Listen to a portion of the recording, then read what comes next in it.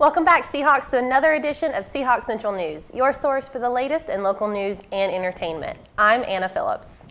And I'm Suzuki. This week, we take a look at the Hubert Simpson Memorial Service and local changes in film affecting the community. We will also discuss a UNCW alumni's art exhibit dedicated to lives of street children and the potential branding of New Hanover County. Stay tuned because Seahawk Central News starts right now.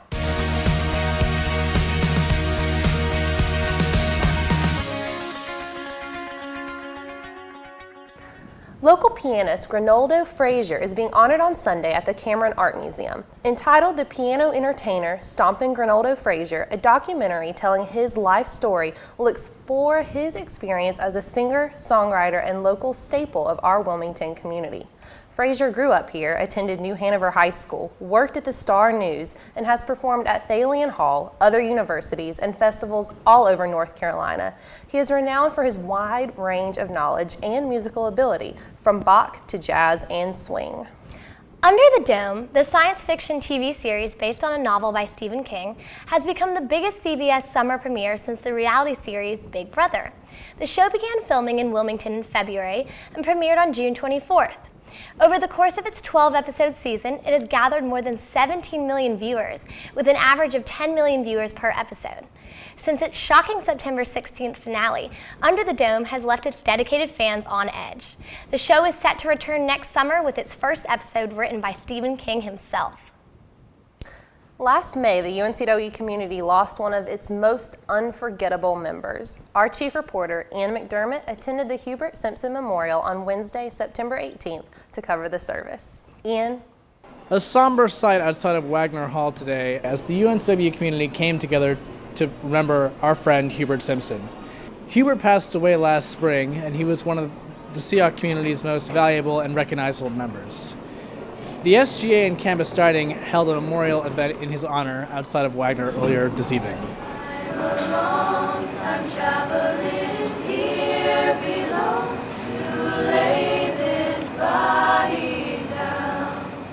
I would say my favorite Hubert memory was Hubert's Harlem Shake. I know that was a big hit with all of the students, and there's really so many memories that all of us have of Hubert, and he really touched so many lives here at UNCW that it's just appropriate that we honor him in such a great event this evening. So.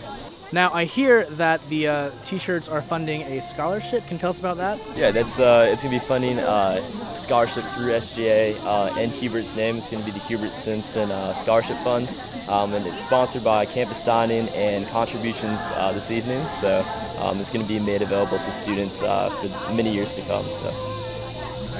Many students turned out for the memorial. It was a moving ceremony. The Hubert Memorial banner will be available for students to sign in Wagner Hall and will eventually find a home in the Wagner lobby. This has been Ian McDermott for Seahawk Central News. Back to you. Do you own an interesting house, restaurant, shop, or barn? If so, the Wilmington Regional Film Commission wants you to send them your contact information, that is. The commission is attempting to expand their database of local properties. A newly hired location scout will be gathering property information to present film to film groups who may be considering coming to Wilmington.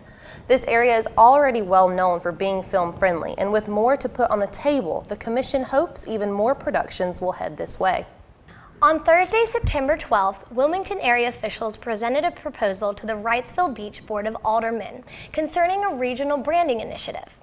Supported by both the Wilmington City Council and New Hanover Board of Commissioners, this UNCW-led process would serve to allow New Hanover area to compete with other metropolitan areas for economic development. The board also discussed concept plans for town beautification and a town flag. All the projects would involve civic and educational organizations, as well as representatives from the community, businesses, infrastructural organizations, and economic development organizations. On September 15th, the British Motor Car Club of the Cape Fear hosted their annual car show at Wrightsville Beach. Our reporter Molly Jones was there to cover the story. Molly? Thanks, Aki. Thanks, Anna.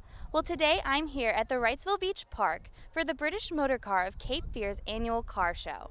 As you can see behind me, there are some pretty amazing cars here today, and the event will feature everything from judging to see which car is going to take home the winner, as well as raffles for some pretty amazing prizes.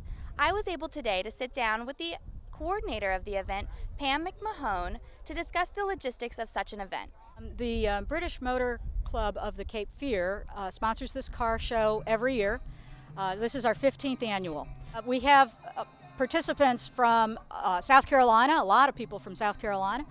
We have participants from Virginia, sort of Murphy to Manteo as far as the state of North Carolina is concerned. This show uses, it's called popular voting.